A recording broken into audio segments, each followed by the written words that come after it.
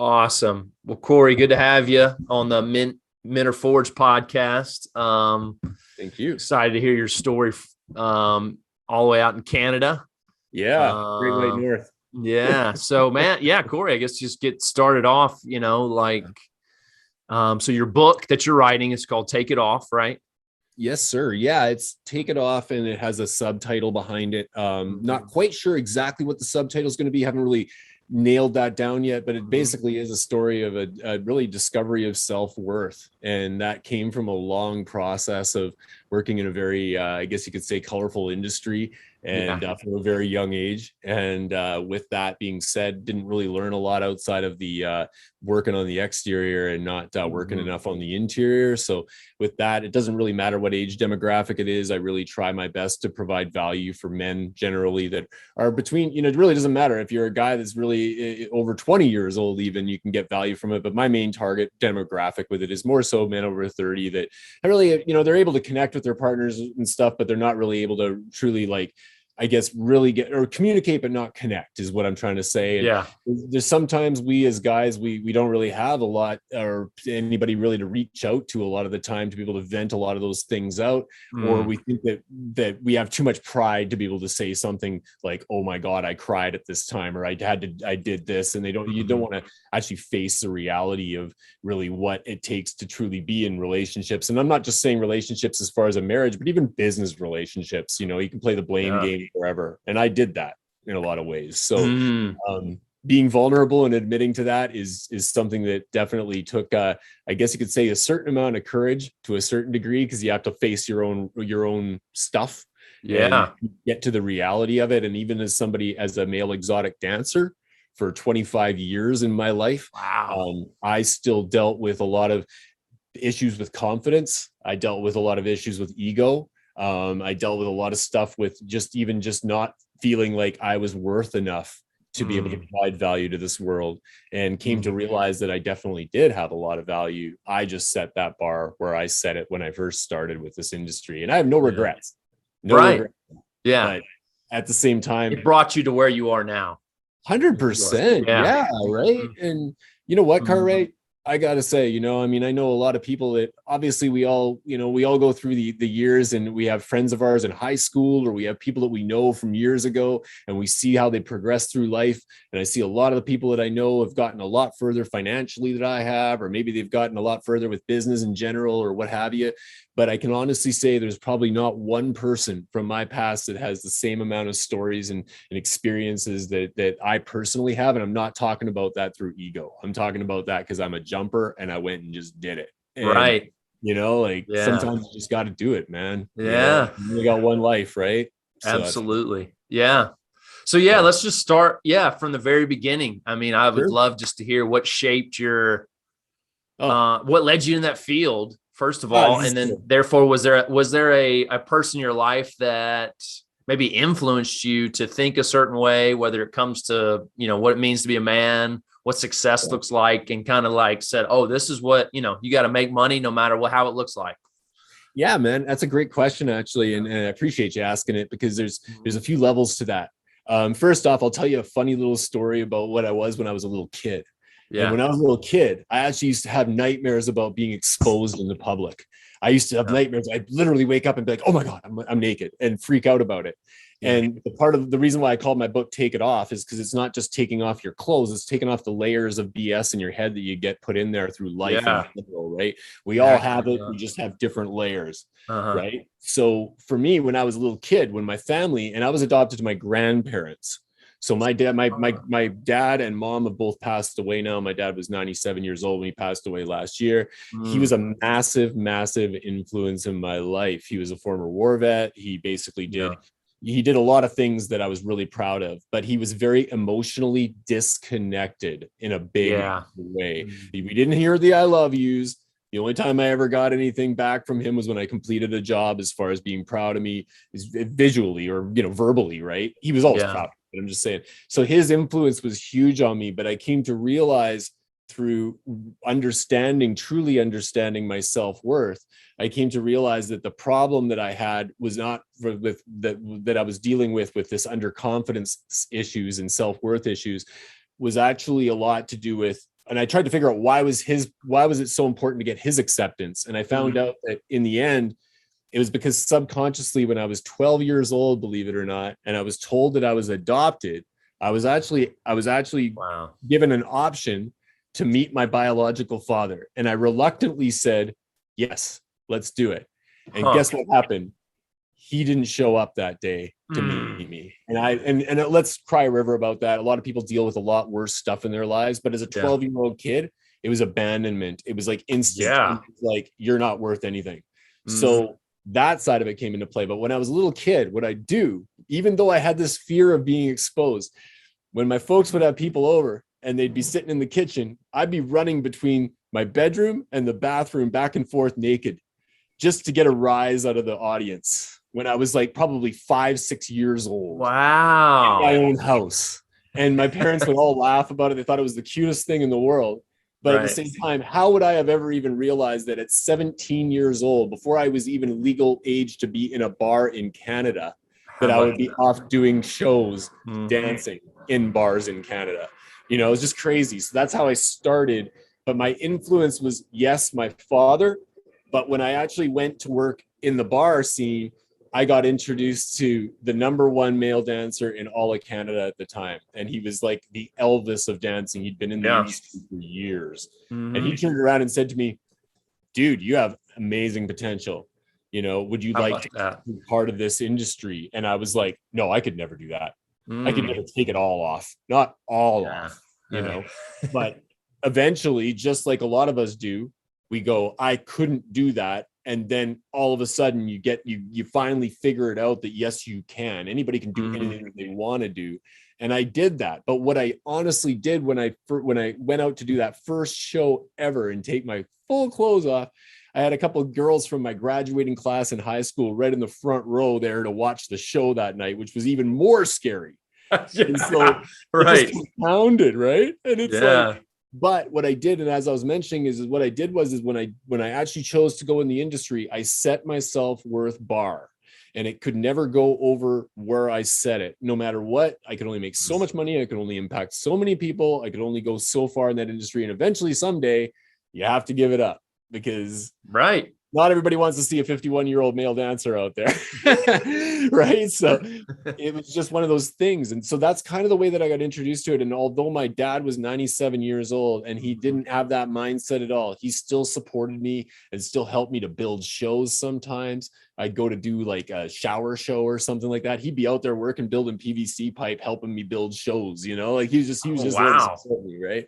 So it was cool that, you know, even somebody of a Depression era mindset, somebody that had been in the war, he'd done all that stuff, was still open-minded enough to support his son that was going to go out and do this crazy industry. As long as I wasn't getting messed up in the head, he was good with it. So yeah, it's just, that's sort of my intro into the industry in a weird way. There's lots of other stories, but that's kind of it without spending all day on it. Yeah. And it's crazy. Yeah. I mean, I can remember a similar example, just around that age, 17, 18, you get affirmed by an older male that you think is successcul, and how that could be everything. That could be like, oh, really? You know, and how that really can just push you. The power of affirmation, the power of words that leads, you know, when someone holds a level of success, at least in our eyes, that what that leads to. So that's really interesting. And they always say success leaves clues. In any industry it does, you know, and that even goes for this industry. Like, this is an interesting conversation we're having, my friend, because this is not an industry that is the same as it was when I was doing it. This is not, you know, this isn't something that is like, when you skip back 30 years from today and you actually look at what it used to be like in the late 80s or early 90s, people were lined up down the street for ladies' night. Like, it was the biggest thing on the planet. When I went to work in Florida, we had life-size, you know, billboards outside of the club of us when you drove in the place, right? Like, it was on another level of insanity, right? But I worked both sides of the border. So I started in Canada. I worked for, you know, quite a few years here, built up a reputation as a dancer, won a couple contests, did Mr. Western Canada, Mr. New Canada, all that stuff, and got my footing here really well in the industry. But I hit the peak here, and then I ended up the crazy thing was, and I know I'm kind of bouncing back and forth, but that bar that I originally started working in at 17 years old used to bring in a lot of dancers from different areas. And one place was actually Panama City Beach, Florida. They brought in a couple of groups. They came up once a year and they did a tour around, British Columbia, Alberta area.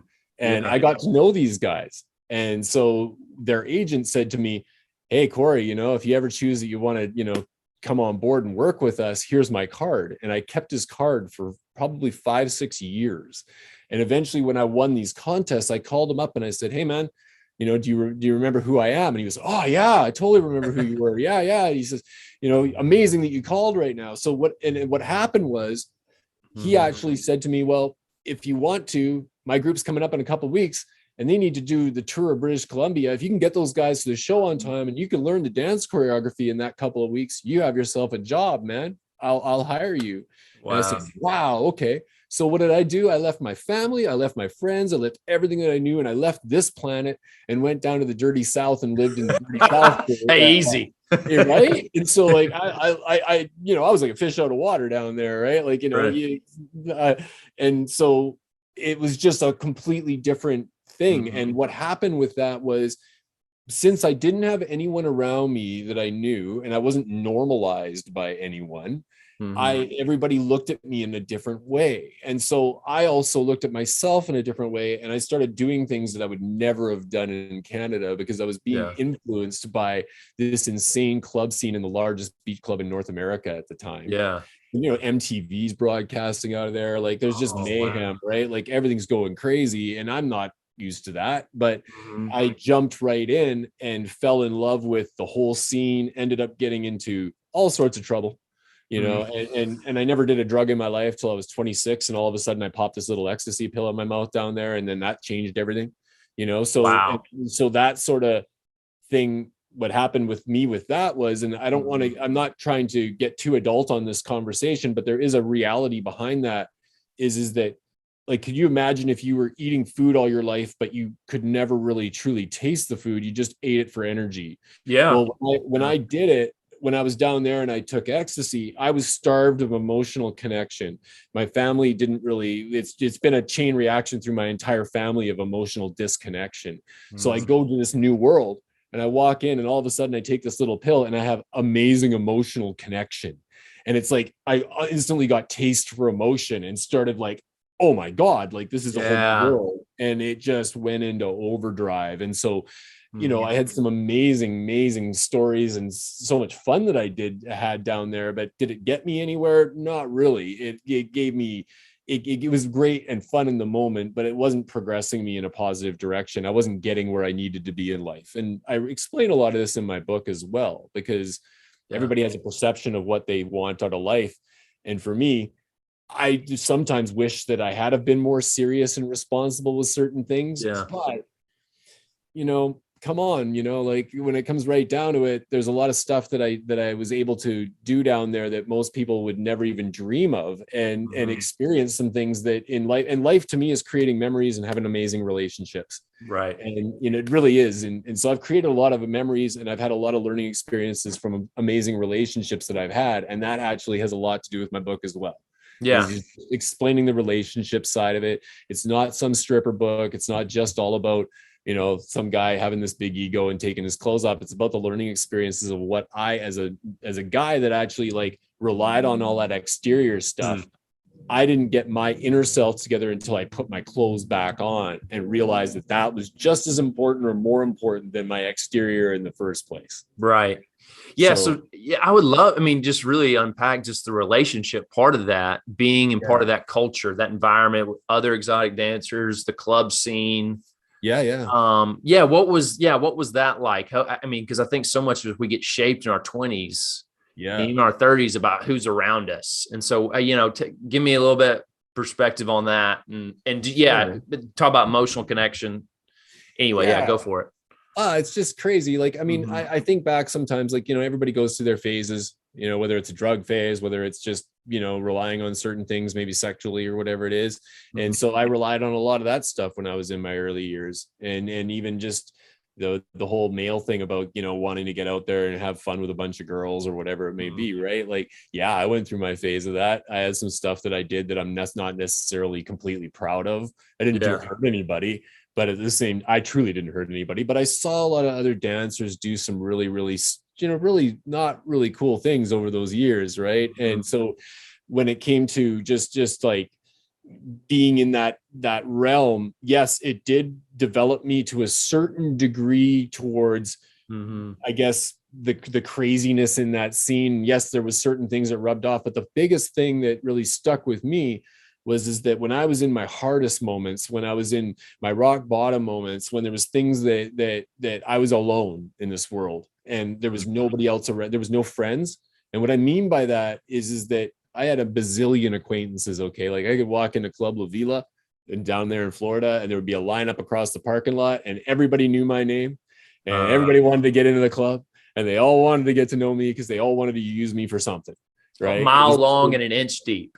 That's right. Right. Yeah. But the good thing is that I had this amazing grandfather or father that really embedded morality and integrity inside of me in a big way. And so like when I went really rock bottom and I was having a hard time, and, you know, through, like I said, there was a drug phase there. So when I was really alone and I didn't have anybody really beside me anymore, and I was at my worst point, and I was looking in the mirror at 7 o'clock in the morning, not happy with what I was seeing in the mirror, and actually looking out the window and seeing somebody like in a nice neighborhood with his family saying goodbye in the morning while he went off to work. And I'm sitting there being up for 36 hours or whatever it was, partying my tail off. What rang in my head was my dad and my mom back here in Canada. And what would they think if they saw me right now? What would their perspective of me be? And it just hit me so hard in that moment where I thought to myself, why am I not that guy that's outside? I'm this guy now. And this is where I've degraded to. Like this, and it was bad. Like, cause I've always been somebody that has taken great care of my body. I was a former bodybuilder. You know, I really had a passion for that. I was very disciplined in that department. Like I said, didn't do any drugs or anything crazy in my life till I was like 26 years old. So all that stuff, when I went into that new world, like it just came and hit me slap in the face and went, hey man, you know, what happened to you? And I had to just get out of there. And it was like, from there, I kind of just was it my last experience with drugs? No. But it was the point where I realized I had an issue and I needed to really address that and get back to what was important in life instead of just living in that moment of having fun through partying my tail off all the time. Right. But I was being paid to party, you know, like I was being, you weren't. Yeah, exactly. Most people pay to party, but you're being paid to party. Yeah. Like literally. Right. Wow. So when I was working in Florida, like we were paid to lay out on the pool deck and have drinks and talk to girls out there. Like that was what we were actually paid to do that. Like we would go and do choreography, practice for an hour, and go to the gym for an hour, and then be back at the club, do a show for a couple hours. And then it was party till 4 o'clock in the morning, get some sleep and do it all over again. Yeah. Right? It's just like mayhem. Would you say you're like personality wise, are you an extrovert? Like, I kind of feel like I'm in the middle on that, really. It's funny. Like, would it be so drained? Like, would you have to take, is that the reason why you started taking drugs? Just to, no, or it was just part of the experience? You know, honestly, Cartwright, I think it was more so like, it wasn't like, it was just kind of like when you're in a different world and everybody around you is doing it and you're sitting there going, you're looking at what everybody's doing and they're all having a lot of fun and they're all emotionally connecting and they're all like, it was a very like, believe it or not, at that time, it wasn't like when you said drugs, it wasn't like I looked at it like that. I was actually looking at it like, oh my God, like this is like peace, love. There's no fighting going on. Everybody's like loving what they're doing. And it was just like, and even myself, like when I first got into that for years, like I only had 2 experiences in so many years of doing that stuff where I had bad experiences because I took something bad. But overall, I can honestly say that I actually had more good experiences than bad. Now, am I promoting it? No, not at all. I'm not here to promote that. That's not getting you anywhere in life. But at the same time, man, I had some insanely fun times, and there are a lot of them are obviously in my book, and there's a lot that, but it's more so, I would say, that when it comes to that going into that new world, it was just that I didn't have anybody judging me. The only person that I had to judge was myself. And so when you're just kind of like thrown into this new mix, your mind opens up to, well, it doesn't matter what anybody thinks anymore. I can just go and live my life. And you get it. I got into that zone for so long that I got so deep in that I was starving actually for the other side of it in the end, where I was really starving for friendship. I was starving for like good relationships. I really wanted to have those little things in life that were all bypassed by doing drugs for a few years. Yeah. The drugs kind of took over and just was like, let's have fun at the club all the time. Right. Right. So, and again, that's fascinating. You said you weren't really experiencing judgment from others. You weren't feeling this level of, oh, I'm not good enough. It was mainly yourself, because you just realized you avoided, were devoid of what really matters in life. And that was deep connection, deep relationships. Yeah, but you had people around you all the time. Well, but the thing is, man, is I had an alter ego, right? Like I had a true alter ego, like an alter ego like no one else, because when you're literally have another name for your dance name, when you go up on stage, right. Wow. Right? You're performing a show. And so when you're performing a show, like it's all fake, right? Like it's not real. You're doing something, it's all acting. But what was crazy is that when I kind of got off the stage, I always thought, oh, I left all that ego on the stage. That was all just my dancer side coming out. And I didn't really understand till later in life that I didn't really leave that ego off to the side, to be honest. Even when I got married, even when I got into relationships, right? Like I still had a portion of that was still kind of hanging on there subconsciously, where I was like, I really like I said, blamed other people for my problems. It was never my fault. It was always somebody else. It was, I screwed up. No. It was because of this, and that's weak. And in a lot of ways, honestly, quite pathetic when I look back at it. Right. So it doesn't matter like whether a person, to me, is a male dancer out there. And you think a lot of people get this impression, they get this perception where they think, oh, this he has all the confidence in the world. He has a dream job. He must get all the women. He must be the happiest person on the planet. Yeah, not quite that way. I went through just as many hard times or more than most people do, and ended up in a lot of situations where I really was not in the best of places, or, and didn't know what my future was going to be. And it was very alone a lot of the time. And I didn't necessarily have a girl on my arm all the time, or, I didn't always have a lot of money in my pocket, right? Like all that Magic Mike stuff is a bunch of Hollywood stuff. What I was dealing with was a lot of other stuff that I saw even the guys in my dance review dealing with, things that they were doing that were like, that almost got them killed. Really, and I mean, I saw people flatline in front of me from having things happen in the club that were no fault of their own, but having somebody do something to them through other drugs that were being circulated around and stuff like that. And even my own ex-wife almost passed away from getting dosed by somebody in the bar. So it's scary. It's a scary reality. But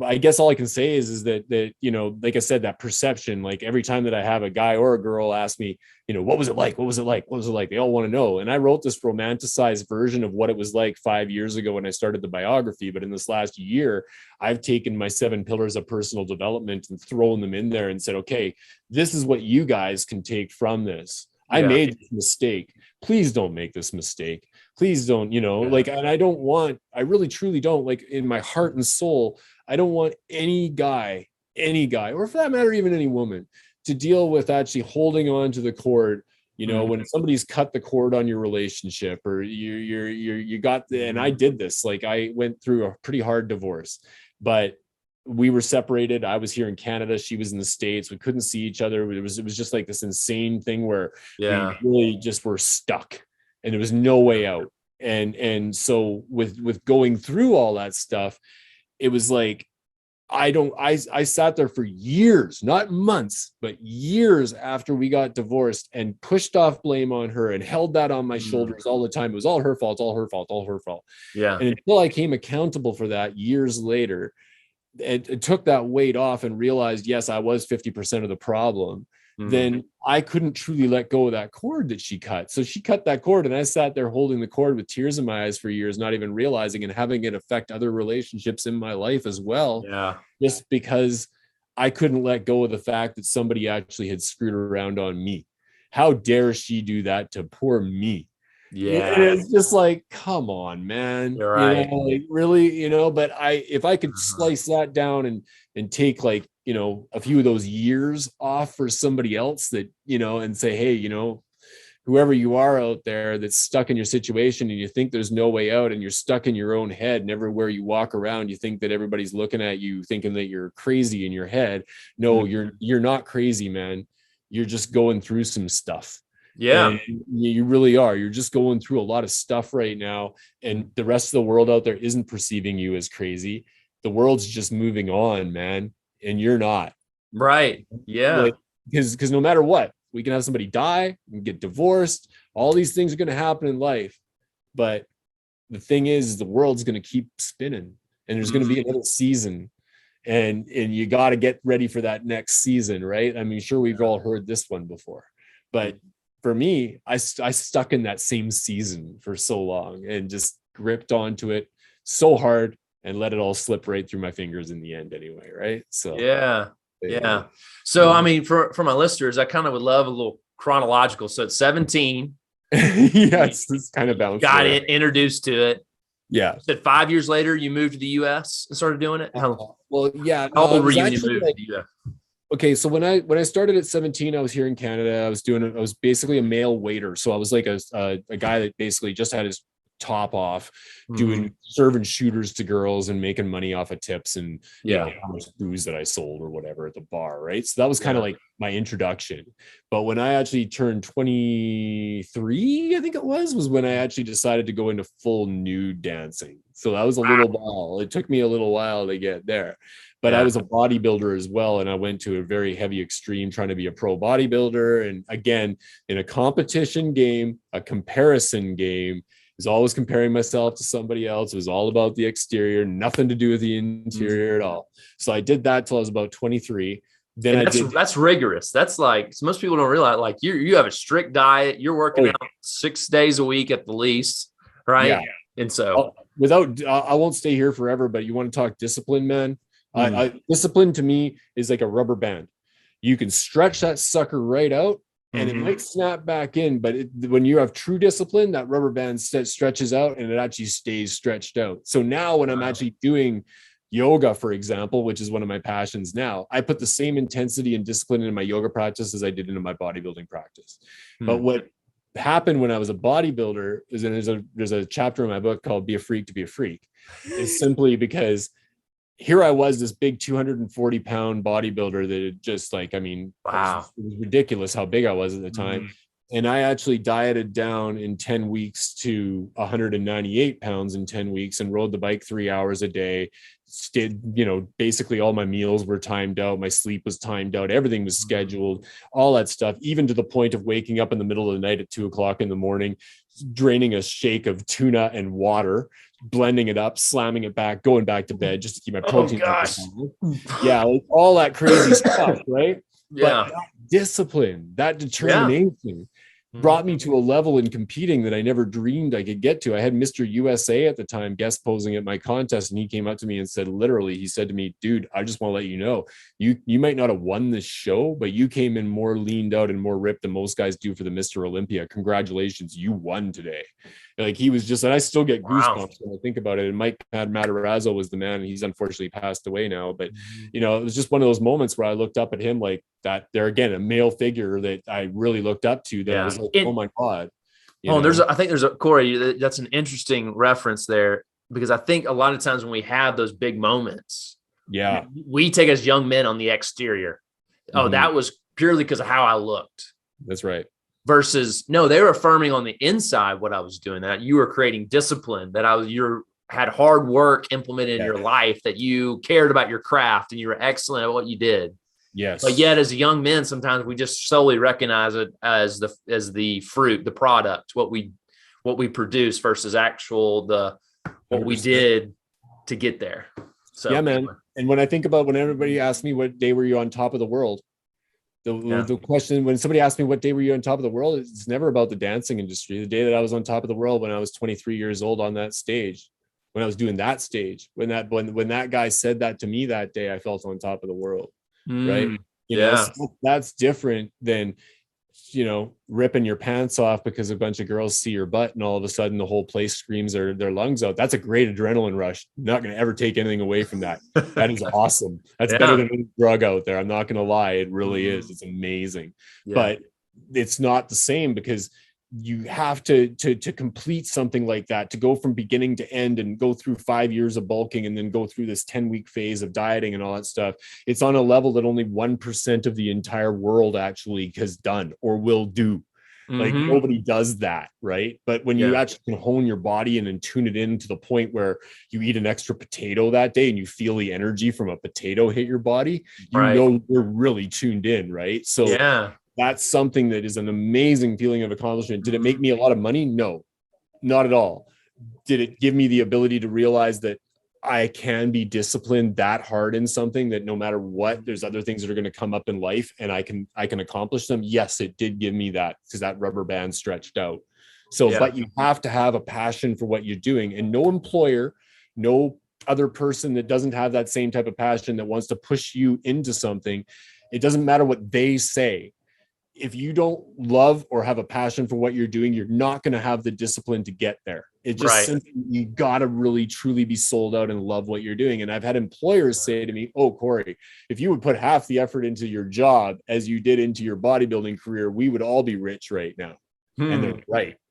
But you just can't flick a switch like that. You got to truly love what you're doing. You just got to, right? So that was kind of that side of it when I was that age anyways, you know. Really, that propelled me, like that discipline that I did there. That was why I had people recognizing me. That was why, like, I had some of the best in the industry saying, "Oh my God, you are somebody that could really excel at this." And everybody was pushing me towards that. Right? But the crazy thing is in the end, and I know I'm jumping all over the place here, but in the end, when I actually got out of the industry, when I was 43 years old, I was here in Canada. I could not go back to the States because I was irresponsible and didn't get a social security number, even though I was married for years. And I actually was banned from being able to go back to the US for 3 years because of it. This is mad irresponsibility. Okay. Like, this is stupid irresponsibility. Like, anybody in their right mind should have been more responsible, but I was partying and having fun. But when I got out of it and I was on the other end of the scale, the interesting thing was that I just realized that I can't, like, I really, like, was so reliant on all this other stuff that was exterior, that I started to see gradually from failures over and over and over and over again, whether it was jobs, relationships, whatever it was. I started to truly realize that all that exterior stuff is only going to get me so far. It just is. And I couldn't understand why my ex-wife actually left me for this other guy. And I'd sit there and look at this other guy and think to myself, what? You know, like, what? But then I realized later on why. Because he was actually giving her what I wasn't giving her. He had inner work. He actually was filling that void that she had in her life for so many years. And we got married. She was young when we got married, and we had a 10-year age gap between each other. So I don't pass blame off anymore. Like, I actually now communicate with her. And the greatest part of it is that now she's adding her perspective into my book from being 15 years disengaged from this whole situation. She's saying, yeah, you know, when this was going on, we were going through that, this is how I was feeling. Wow. And so throwing her perspective in there as well, which is really cool and original, because most people, they go, you know, you get divorced, you move your own way. You don't really want to, you know, you're not going to get back into really that in that way. Right. So this is kind of original in that way. And I give her a lot of credit for that. I really, truly do. You know, really cool. What a gift though. I mean, to have something and to have hindsight and get feedback into it. Yeah. That now you have, that's pretty cool. And it was so awakening, my friend, that I got the pit in my stomach a couple times because I sat there and went, oh, really? Oh, so like you felt that way? Oh, you were doing that? Oh God, I didn't even know that. Right. And it hit me even 15 years out. It still hit me in the gut a little bit, right? And I had to actually choke that up and go, okay, well, yeah, okay, I'll accept it. Yeah. But in the middle of going through all that, oh my God, like I couldn't even imagine being in this headspace. Like, right. I was just in that headspace again where I was just screwed up in my own mind. But I brought that all onto myself. Like, really, you know, like you gotta really, like I brought on so much pain and heartache into my own life, and it's not necessary. It just isn't, you know, and that's why I say, like, you know, being in a position where my grandfather raised me. My grandfather was a Depression era man. His mom committed suicide in a river before he was even like 10 years old. Wow. He was left destitute. He had to search for food in the Depression, had to jump trains, right? Living in a bad situation in a lot of ways, but he came out of it and raised a family and did everything the best he could with the tools that he had. Right. Yeah. And but he didn't have certain tools because he didn't understand emotion, because God, when you have something like that happen to you, it really hits you. And if you don't break that cycle, then it just continues to go on and on and on. And every family member that I have, my aunts, my uncles, everybody, they have failed relationships. They have situations where they haven't been able to have fulfillment in their lives. They haven't been able to go for their dreams because they feel their self-worth is so low that they compartmentalize it all and put themselves way down here when they actually have an ability to be way up here. They just got to break the cycle.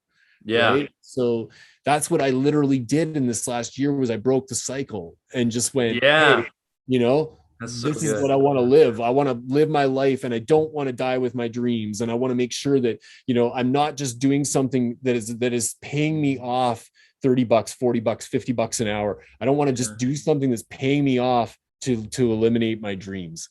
And that's the way I see it now, right? And I will go to the bitter end with my mission to put my book out, to start public speaking, to affect other people's lives in a positive direction, so that people just don't have to go through the same stuff that I went through. And I know that my stuff is a lot different than most people, but there's a lot of learning experiences that can really truly be taken from the road that I went down. You don't have to go down the road, but you can understand it. You can understand it. You know, so I mean, that's kind of the next question I have is, you know, where does your self-worth come from now? Man, it is from one little word that I call in my uniqueness: introspection. I didn't rely on any accountability partner for my discipline on this. Okay. I don't think that really, if you're truly disciplined on something, I don't think that you really need an accountability partner if you really want it bad enough. And for me, my father passed away. And after my father passed away, I was waiting for that to kind of happen before I was going to release the book anyway, because I didn't really want him or my mom, my grandmother to hear some of the stories, because there's some stuff in there that's pretty intense that they'd accept, but they wouldn't really understand. Right. So I waited. And so with that, I guess I could say that when it came down to developing self-worth, it was a bit of a Frankenstein theory, if you want to know the truth. And what I did was, we have this amazing ability right now, you guys, to be in this connected world of the internet. And we have so many amazing people that are influencers that have skills and expertise on so many things at our fingertips. They're right here. 30 years ago, we didn't even have that sort of stuff. It was a different world, right? So to me, I thought, I'm taking advantage of this. So I started plugging in. And what I did was every day, instead of sleeping in, got up an hour earlier, set my alarm, got to bed an hour earlier, got out and started hiking, started doing yoga first thing in the day, whatever it took to get the blood flow, to get everything going and get my motivation going. But at the same time, while I was doing that, I was plugged right in. I was listening to all the best of the best in the industry, taking what they had to give me, what applied to me, whatever it was, wrote it down, whatever it wasn't, threw it away. And literally took all that stuff in and just went, okay, how does this apply to me? What can I do to change that? And what I truly realized was the only way that I'm ever going to get to where I want to be and this is just the God's honest truth. Yeah. I've always had an issue with this little word called lack. And lack comes from, you can blame it on the Depression era parents, you can blame it on whatever you want to. But for me, I always felt like I could have $1 million in my bank account right now. I would still be worried about lack. I'd still be worried about money. I just came back from Asia a year and a half ago. I was on an amazing trip for like a month in the Philippines. Okay. Wow. I traveled all over the Philippines. I had some of my most amazing moments in the Philippines literally ruined from the sense of lack still in the back of my head, worrying about not being enough, not having enough, not having enough money. So what I actually did is what I realized, the only way I'm ever going to get that out of my head is to increase my value the most that I possibly can, so that money is no longer in the equation. And how do you do that? Yeah. Right? How do you increase the value? We all have an ability to. We all have a past. We all have stories. And I don't care if you're 20, 30 years old. People have value. There's untouched value in your mind that you don't even realize is there. And so I started going, well, hey, I've, done this career. It's kind of unorthodox. I've written all this stuff. Where can I provide value? Where can I really get this where I can actually make an impact? And so when I wrote the rest of this, I'm still working on it, just about finished actually. But now that I have that, I'm not worried about the lack anymore. I just don't feel it in my body anymore. And that opened my mind up, and it opened my whole character up to realizing that there's a whole other world out there that you don't have to be held back from this prison in your freaking brain that because there is, it's all right here. And every day we wake up, one day look, am I perfect? No. Tomorrow I could wake up and have feelings of imposter syndrome, feelings of lack. I could wake up with all that sort of stuff. But now I've just learned, when I wake up with a day like that, I push myself through it. I do whatever it takes to push myself through it, because tomorrow is going to be a better day. And I keep focused on that all the time to not let that crap in my head creep in, because I truly realize that is just stuff in my head. The rest of the world doesn't see me that way. I see me that way. Right. Yeah. So we're all our own worst judge. And so absolutely. Whether a person has a perception of me as a male dancer taking my clothes off, or a bodybuilder, and they see this glamorous, romanticized life, they can see that. That's not the reality. On the other side of the coin, for myself internally, if I look at myself as possibly going to be destitute, having a ton of lack, not being worth anything, I was just a male dancer, I'm not gonna be able to do anything else with my life, and I should just sit in here and eat a bag of Cheetos and watch Netflix all day. I could go there, and that would be the easy button, and that would be the comfort zone button, right? Which a lot of us do. We accept that comfort zone, but no, you got to push yourself, take uncomfortable action. You know what? I never did any public speaking in my entire life. I've taken my clothes off for half of North America. I got up and did public speaking one morning to a breakfast group at 7 a.m. And I'm glad there was a table in front of my legs, because my knees were shaking so bloody hard. While I was doing that, I was so nervous. It was on another level. But when I finished it, I was like, okay, I can do that. I'm not an imposter anymore. I'm not an imposter, but you got to take that step, man. It's not going to be always, to grow, you got to get uncomfortable. You got to be uncomfortable being comfortable, and comfortable being uncomfortable. I just look at that. I truly do look at that. And I believe that in my heart and soul. Was I uncomfortable the first time I went out on stage? Yes. Was I uncomfortable the last time I went out on stage? Yes, I was. Every time I went out on stage, I was uncomfortable. But I put myself in a realm that most people never see. Most people never even get to experience. So was it worth it? Yes. It was definitely worth it. And even now, I'm going to jump into public speaking. I'm excited about doing that. Do I know how to be a public speaker right now? No, I don't. Do I even know the how? Partially. Yes, I do, because I'm getting really amazing training in that. But my why is really strong. And it doesn't really matter, like, if I didn't totally know the how or not. I know why I need to do this. Right. And I visualize it. I can see it. I know when I go out on stage, the way that I can impact somebody. And it's not just the male side of it, it is the female side of it as well. Right. Because what it comes down to is a lot of people, I believe, in being an influencer or trying to be in the industry that I'm trying to go into. A lot of people, what they do, their problem is they don't have the stories. They have all the why. They have the reason why they love to do it. Like they're like, oh, I really want to be an influencer because I want to help this type of a person. but they don't have the stories to back it up. I'm on the other way. I'm the completely other side of the equation. I have all the stories.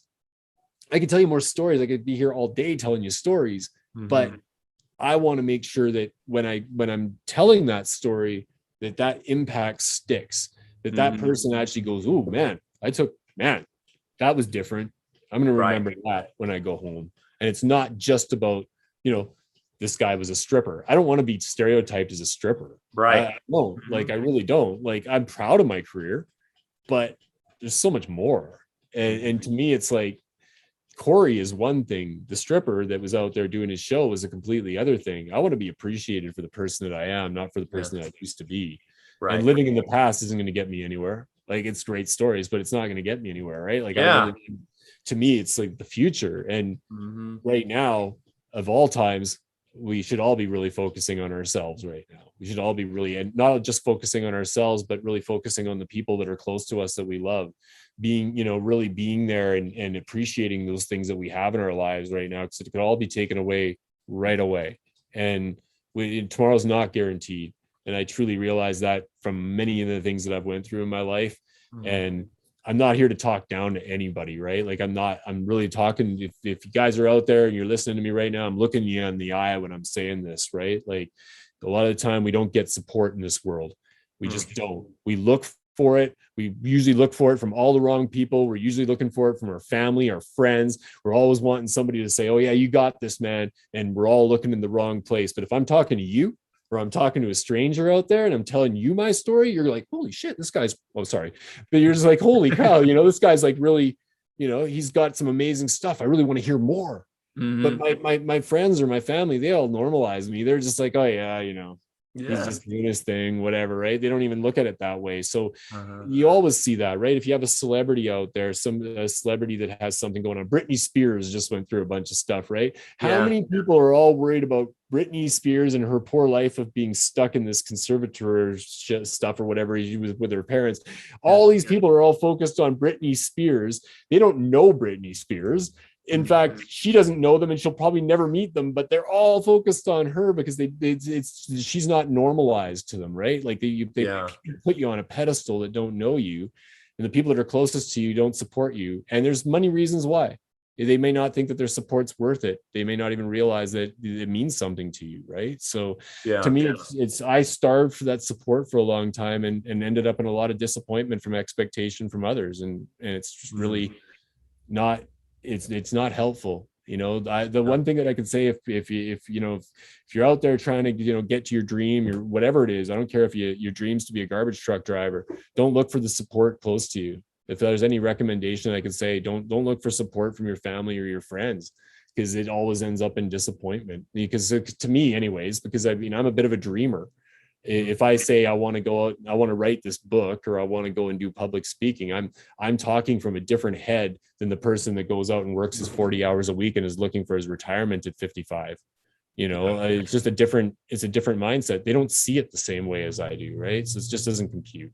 And so, and you're saying that them being the main source of your motivation to go pursue that. Is that kind of what you mean? Or no, not really. My main source of my motivation is now just inside of me. It doesn't. I don't look for the support of others to get me there anymore. Is what I'm trying to say. Right? Okay. Yeah. I look at it like everything that I put into what I do every single day is what's important, and I've detached myself literally from the world in this last year or so, anyways, and just kind of worked on everything that I can personally, whether it's scheduling things and trying to take care of my physical health and my overall health, eating right, doing all the things that I need to do, but also, like I said, focusing a lot on that inner self, because looking, like I said, with the accountability side of it, I would never have dreamed, Cory, in a million years, I would never have dreamed that I would be sitting here literally having my ex-wife helping me with a book that I wrote 5 years ago to give her perspective.